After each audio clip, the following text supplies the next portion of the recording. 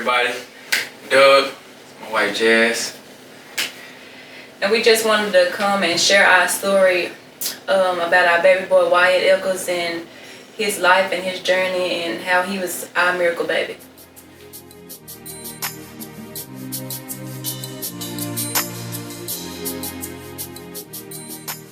When I found out I was expecting our third child, it was Memorial Day.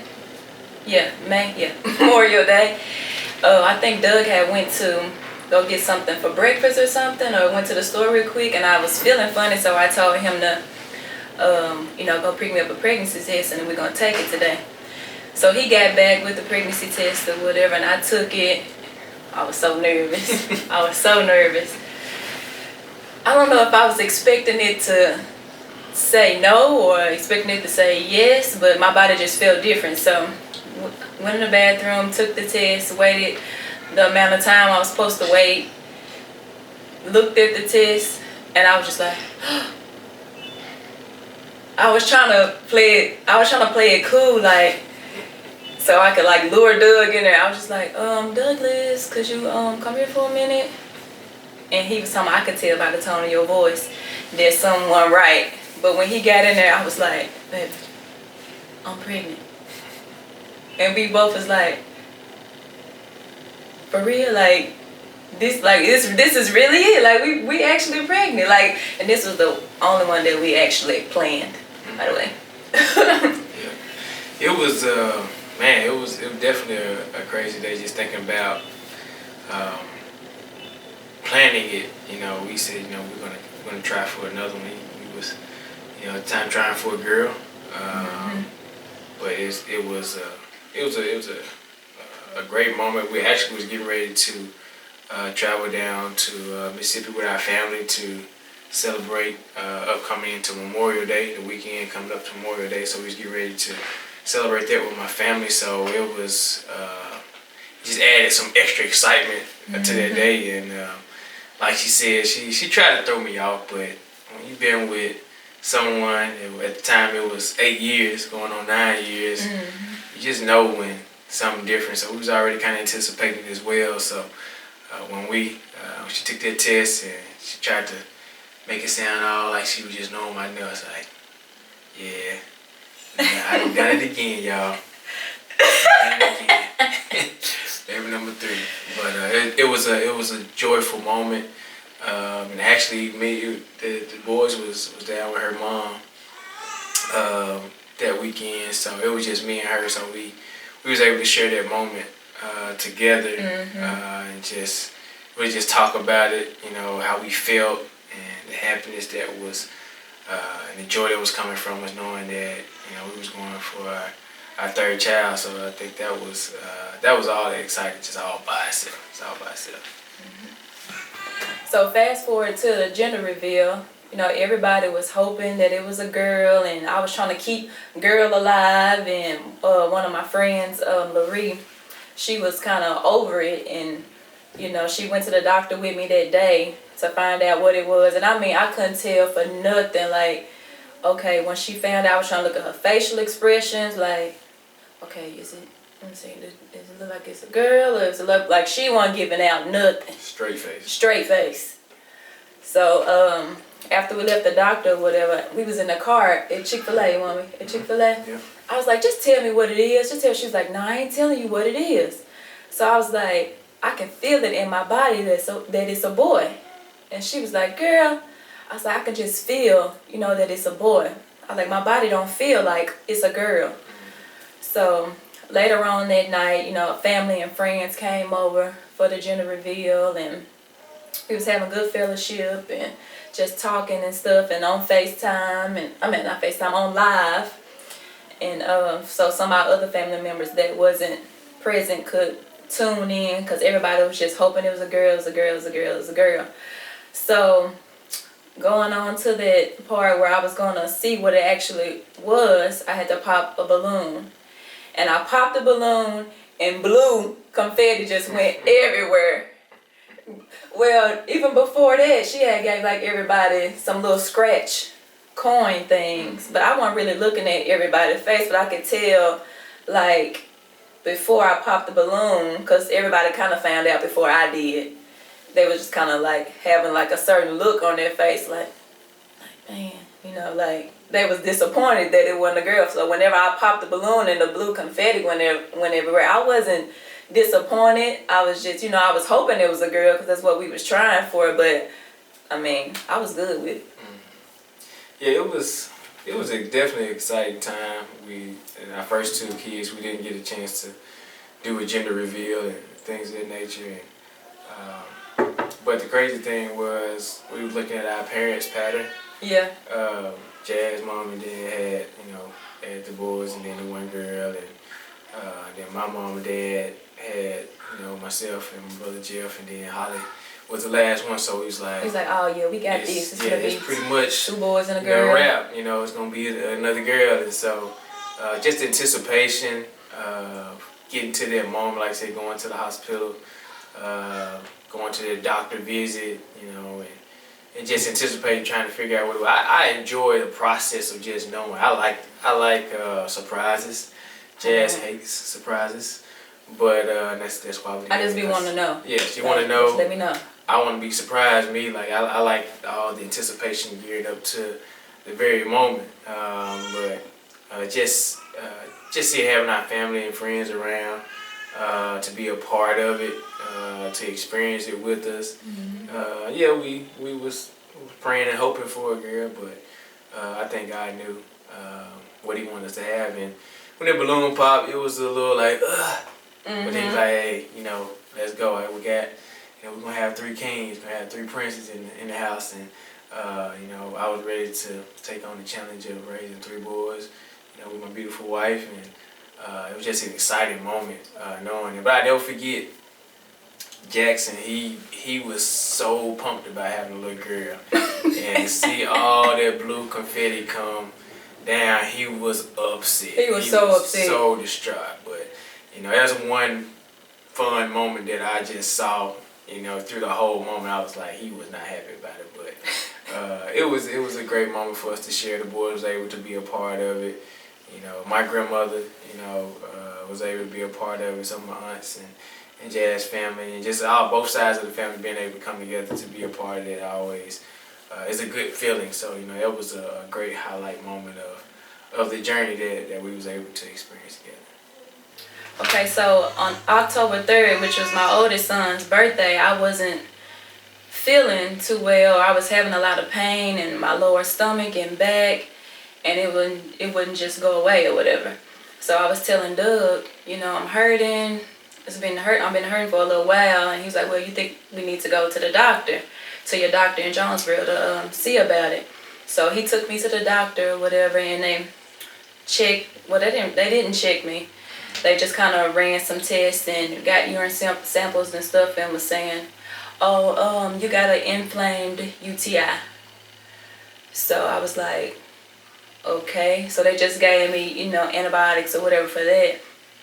But even when I left there, I didn't feel like that was it. Once I got home and I thought about it, I was like, baby, they didn't even like check me to make sure, you know, I wasn't dilated or, you know, I wasn't in active labor or anything. They just, you know, took that test and said, oh, okay, you got an inflamed UTI, and this probably was causing your back to hurt and your under your stomach to hurt, and gave me antibiotics. So I got home, went and got my meds and stuff, and I didn't even take maybe 1 or 2 of them. Then the next day, I went back. So the next day I was headed to my son's school. I went to my son's school for PTO meeting, and I felt, you know, okay, still a lot of pressure. Then I went to a barbershop where my dad get his hair cut, because I hadn't seen him in a couple of days, and he said he was going to get his hair cut over there. You know, he worked long, 4 days, 4 off, so this was his off day. I went over there just to sit with him and talk with him. We sat and talked for a while, and I was like, well, Dad, I'll be back. Gotta use the bathroom, which I just thought I had to pee. That might be too much, but hey, it's the story. I just thought I had to pee, so I felt a lot of pressure. So I went into the bathroom, and this is Just Cutting Up, by the way. Just Cutting Up salon. I went to the bathroom and sat down to use the restroom, and my water broke. So I'm like, oh my God, is this what this is? Like, I can't stop it. So I'm calling. I tried to whisper Nicole's name because there was so many people in there that day. I tried to whisper Nicole's name, hoping that she would hear me. I was like, Nicole. I was like, dog, she can't hear me, man. So I called on the phone. I said, Nicole, come in the bathroom because I think my water then broke and I think I'm in labor.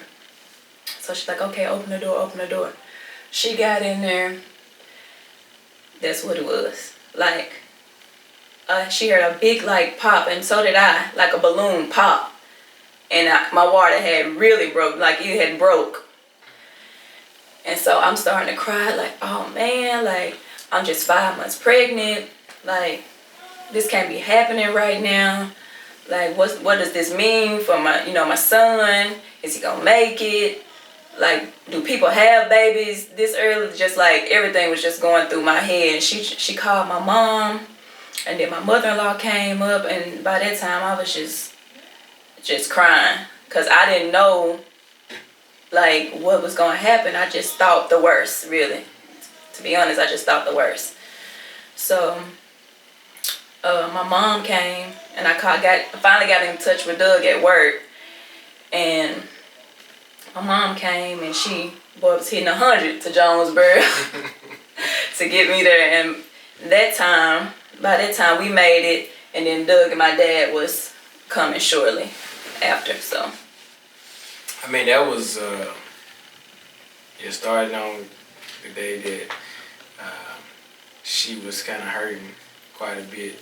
You know, she really didn't want to go to the doctor, and typically she is. You know, my wife is like super strong, super tough. She has a high tolerance for pain, and she really was like, I think I'll be alright. I just need to, rest. And I'm always telling her, take it easy, relax, rest. But she just kept kind of like, babe, I'm hurting. It's just feel weird. So I was like, hey, call the doctor. We'll go over there and set an appointment. I called my job. Job was very flexible with, appointments and things of that nature.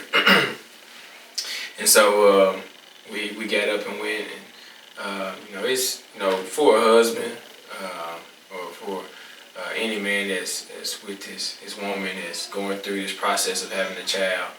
A lot of things you don't know or can't feel with them as they're going through the process, and all you really can try to do is be there for support, be there to make sure that they don't miss things or overlook certain things. So I'm the type of person, I'm always pushing, let's get it checked, let's double check and make sure everything is good, so it won't turn into anything that could be worse. So but yeah, we went, and like I said, they did their normal stuff, normal samples, and we just felt like, hey, just precautionary check, and we look at them as the experts, and they say everything seems okay, give antibiotics, and we'll keep monitoring to make sure everything is good. So, we go back, and again, our oldest child birthday was that day, and we was able to spend some time with him and that afternoon. And I said, next day I get up and go back to work, and I think I'm in the middle of new hire orientation, and typically I normally have my phone with me when I'm on the job, but I happen to leave my phone on my desk, and I work in a factory, so I was just kind of walking around the hallways and checking on orientation and things of that nature, make sure everything was going good. And I actually had my phone on loud that day, and I could hear the phone ringing through the hallway, and I said, let me check and see what's going on. So I walk in my office, and I see that, Jazz calling me, and I pick up the phone, and, I said, hello? She said, babe, my water broke. I'm just sitting there like, huh, what? She said, and I'm actually, as I'm on the phone, I'm talking on the phone, but I'm walking through the hallway, and I walk into my human resource office, and as she's talking, she's like, babe, my water broke. And the ladies in the office are looking at me like, everything okay? Like, your water broke. And they said, and they was like, Doug, go. And so in my mind, I'm processing it, as it's happening, and so I started thinking like, okay, I'm probably not gonna be at work for the next couple of days. So I go back to my office. I start packing up stuff. They was like, no, leave it here. It'll be here when you get back. I'm like, no, I ain't finna be here the next couple of days because it's, it's 5 months. Like I said, I wasn't thinking the worst, but it was just like, okay, whatever's gonna happen, this ain't gonna be over, one day and everything gonna go back to normal. So I'm packing my laptop, my books and tablets and all the stuff that I needed, phone cords and stuff, and I'm shooting out the door. And as I'm jumping on, like, I'm on my way. I'm like, where y'all at? We already on our way, John, bro. I'm about to hit down that road. Well, at the time I was driving in the Mustang, and then she called me back, and she like, hey, my dad is at Lux, just because she knew like I was kind of gonna be, a little distraught, so I got driving like that. I got in the Lux and got in the truck with her dad, and we rode down to Jonesboro, and like I said, that was just. There was a moment, like I said, all these thoughts going through your head, you like, okay, is baby gonna make it, you hear about stories of people, child not making it or having a stillborn child, and I had talked with one of my coworkers about, the situation that they had with their family, with their situation, and it's, that's a tough thing to go through, and so all those things are just kind of going through your head, and like, okay, how are we gonna, try to cope with this, or how is this thing gonna play out? And so you're just so focused on and praying that God, please let everything be okay. Let the doctors, be able to make sure everything is good. Just all you can do is pray because you have no control over what's going on at the moment. So, and I wasn't with her, so I couldn't look in her face and see, how she looked or how she felt. And so I was just more anxious to get to her, just to know that I was beside her, with her, and just kind of be able to look on her face and just say, I'm here, I'm with you, and let her know that we're gonna be through this together. And so that was a roller coaster moment.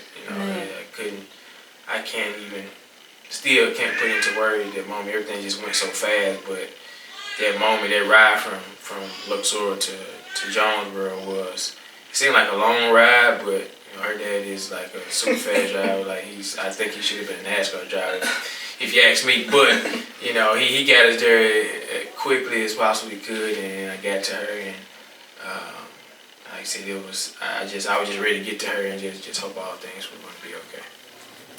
So we finally get to the hospital in Part, and so I'm running in to try to get to Jazz as quickly as I possibly could. And on the way in, I run into one of my church members, Brother Arnold.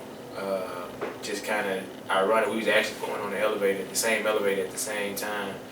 And he said, man, everything all right? And I said, well, Jazz, her water broke. And I said, I really don't know a whole lot of what's going on, so I'm just trying to get in there, get to her. And he asked me, said, how many weeks? How many weeks is she? How many months? I said, well, she had 5 months. And I never forget, he's like, that's a good stage. And it was just weird to me that he said that, he was like, that's, the weeks that she was, I think, like 23 and a half, 23 weeks and so many days, where she was at. And he was like, that's not a bad place to be at, And I never really got a chance to just ask him why he said that, because everything was just such a blur at the moment. But I never forget him saying that, and it stuck with me for a long time. But we wasn't in the elevator long before it was time for us to get off, and I was just trying to get to her, and finally got to the area, and I walked in and gave the nurses my name and who I was looking for. And, they led me to the room where Jazz was, which it was kind of a little broken off in different areas. It wasn't just a room by herself. There was other patients in there, but just kind of curtained off. And her mom was in there with her, at the time. Shout out to mother-in-law, man. She's always, right there, with her daughter and stuff. And she saw me coming in. It would only be, me and or one other person in there with her. So we tagged out, and I went in and pulled the curtain back and just looked at her, and hugged her. And all I could say, hey, I'm with you. It's gonna be all right. Not knowing what to expect, but just knowing that we was together in the same room. It just gave me just a little sigh of relief just to finally see her face and see how she feel. Yeah, I mean, the same for me. Like when you walked in, I mean, I was just like, oh, okay, he here now. We in this together. For a couple of hours or so, but him trying to get there and me already, I just felt like, okay, I need my husband. Where is he at? And once he got there, I was like, oh, okay, we together now. But I don't know if it was before you got there or after you had got there. They had ran like a little test that they do to see how much fluid you have left, around your baby, and if your water actually broke or whatever. I don't know if he was there, but maybe my mom was there. But yeah, they ran a little test and to measure how much fluid was around the baby still, and it came back. They was like, yes, Miss Eccles, your water has broke, and you only have like 15% of the amniotic fluid around the baby that you're supposed to have 100, but I only had 15% left. So my doctor had came in, my OBGYN had came in, and she was like, well, I hate to say this, or I have to kind of tell you, baby's born before at 23 weeks or before like 25 weeks in a couple of days. They don't normally pull through, or they have severe problems later on, or 90% of the times if someone come in at 23 weeks pregnant or finna have their baby at 23 weeks, that the baby don't make it, and it's only a 10% chance of the baby surviving. So I was like, oh, okay. So by that time I'm getting teary-eyed, like, oh man, okay. Then she pulled in another doctor specialist just to kind of reiterate what she had already said, and I mean, he didn't say it in no like negative way, or I mean, he was just doing his job. I feel like he didn't really mean it, harshly, but at the moment it seemed really harsh to me. Like, yeah, just kind of just to make sure you understand, Miss Eccles, you're 23 weeks pregnant and baby's born at this time, don't have a good survival rate. I think that's what they said. Don't have a good survival rate, and 90% of the time it don't work out. So it's a 10% chance that the baby will survive but still have major issues, on down the line. So by that time I'm boo-hooing and crying like, oh my God, I can't believe they telling me this. Like, is this for real? Like, this for real? Like, is this my life right now? Like, I didn't know. It just felt surreal, like, because you hear about people going through this and miscarrying or having that baby early, and you just be like, well, that I feel sorry for them, but that'll never happen to me. Or, you just feel like that's just outside of your realm, and that type of stuff won't happen to you, and it happened to us. Yeah. And I just feel like, oh my God, okay. So what would be my life now? What if my baby don't survive? How will I go back and tell my sons? I'm sorry.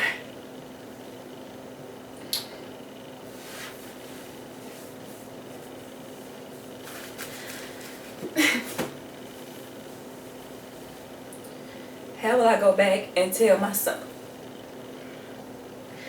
My other two boys, they were so excited about having a little brother now. Like, what do you say?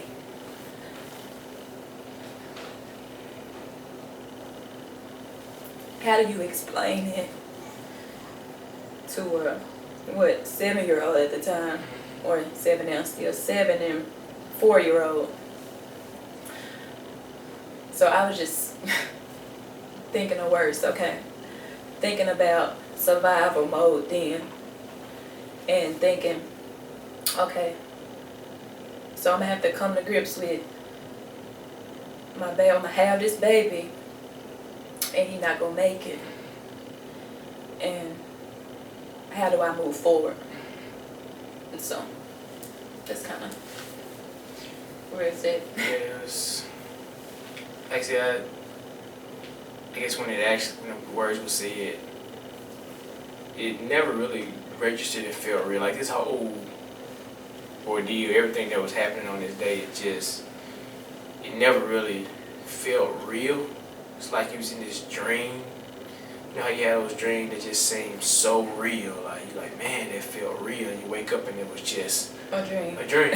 That's exactly what it felt like, because again, we had bad things happen to us, but not on a level to where life or death. Yeah, it's life or death. You lose loved ones, and because older age or something tragic that happened. But when you're thinking about a child being birthed into the world, that never crosses your mind, or you try not to really focus on it, and we had got so far, we knew what we were having, we had the gender reveal, we was getting ready for the baby shower, all these things is going through your mind, and you're like, there's a possibility there will be we won't be taking the baby home.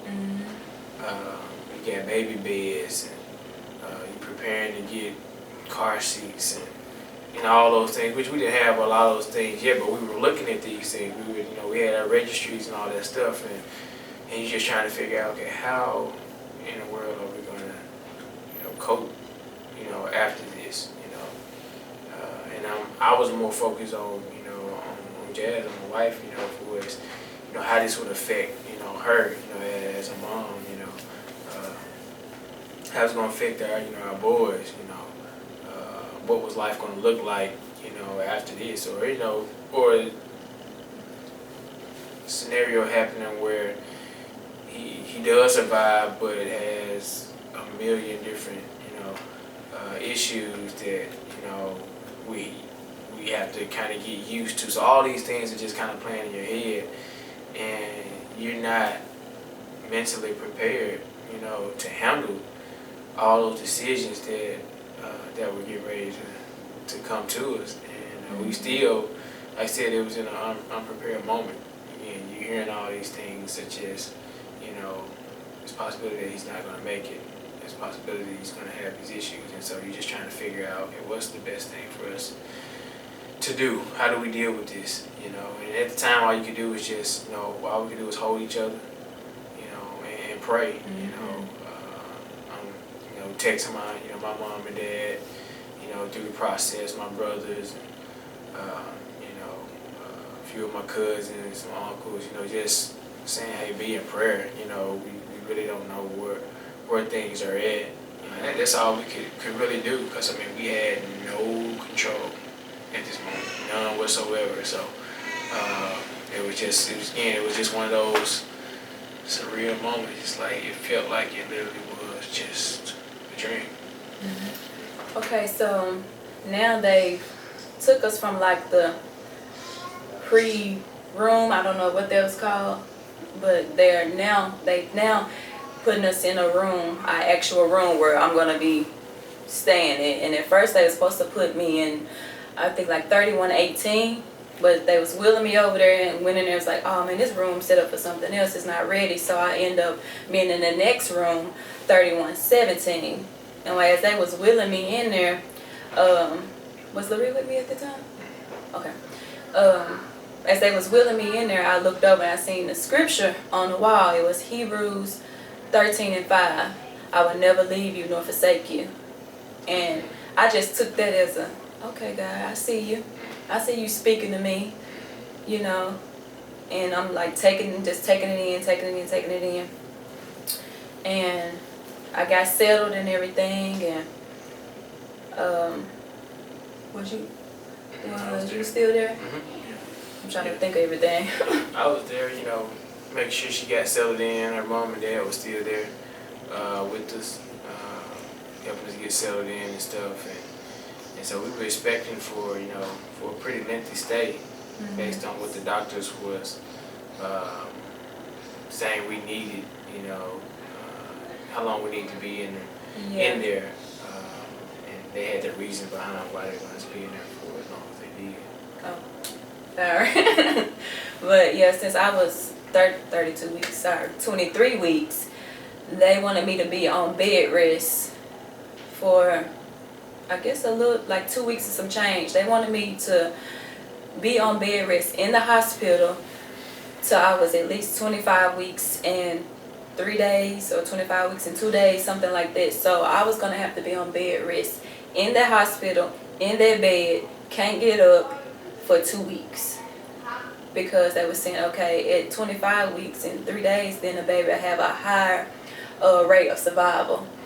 So I'm like, oh man. Like, when I tell y'all I was on bed rest, I couldn't get up out the bed. Whenever I had to use the bathroom, the nurse had to come in and bring a pan in for me to use it, because I was like, I can't get up and go to the bathroom. They was like, no, because we don't want to risk you standing up, and you only got like 15% of fluid left around him, and the rest of that fluid coming out, or you having him on the floor or something like that.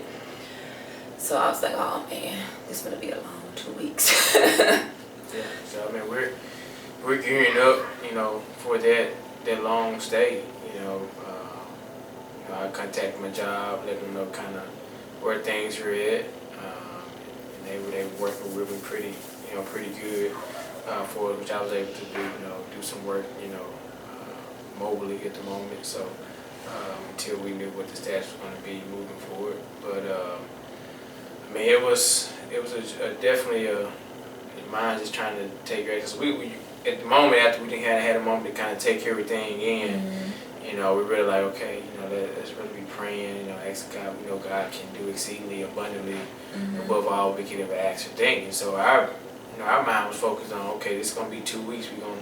We're gonna be here, 2 weeks of change, and we're gonna make it through this, and He's gonna be good. That's where we was trying to gear our mind and build our faith up back. Kind of condition our mind to it. Yeah. So we was just trying to get settled in. Make sure the kids were good. My mom and dad, I got the kids. And said they had them taken care of, and was gonna hold on to them for as long as they needed to make sure that everything was good with them. When you have such a great support system as we do, on both sides, that's huge. When you have to be put into situations like this, and sometimes you wonder, okay, God, why are we going through this? But looking back at it, I see, man, it was the perfect storm. But because we had people in place to kind of hold us and make sure everything stayed at like it needed to. The kids still were on their normal schedule for school, and my job worked well with me, and everything was just worked out. We had family in Jonesboro, that was able to contact and told us if we need anything, let them know. So I mean, everything was just just panning out for us, in that stage. So we're just so grateful for the support system that we had during that moment, and we still have, to this day. Like I said, I think we were just trying to, like Jess said, condition our minds for what we felt was about to happen, and it was quite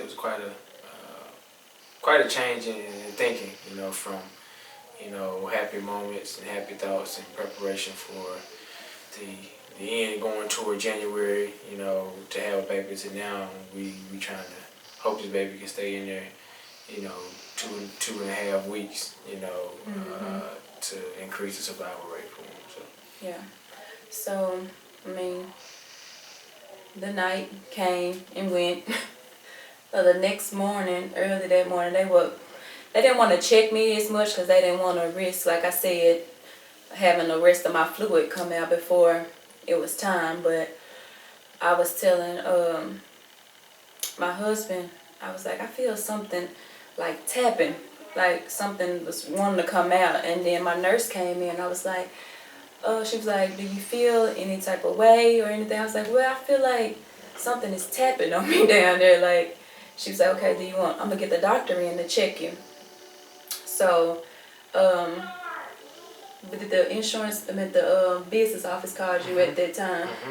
So the business office had called my husband, or called the room, and was saying that something was wrong with our insurance. So my husband was like, well, I'm going to go check that out downstairs. I'll be right back. So it's like, okay. So he left, and then my doctor came in, and she checked me, and I could tell by the look, like, after she checked me, her face was just like a deer in headlights. And I'm looking at her face, looking like that. I'm like, uh-oh. And she was like, yeah, okay, so you about to get ready to have this baby.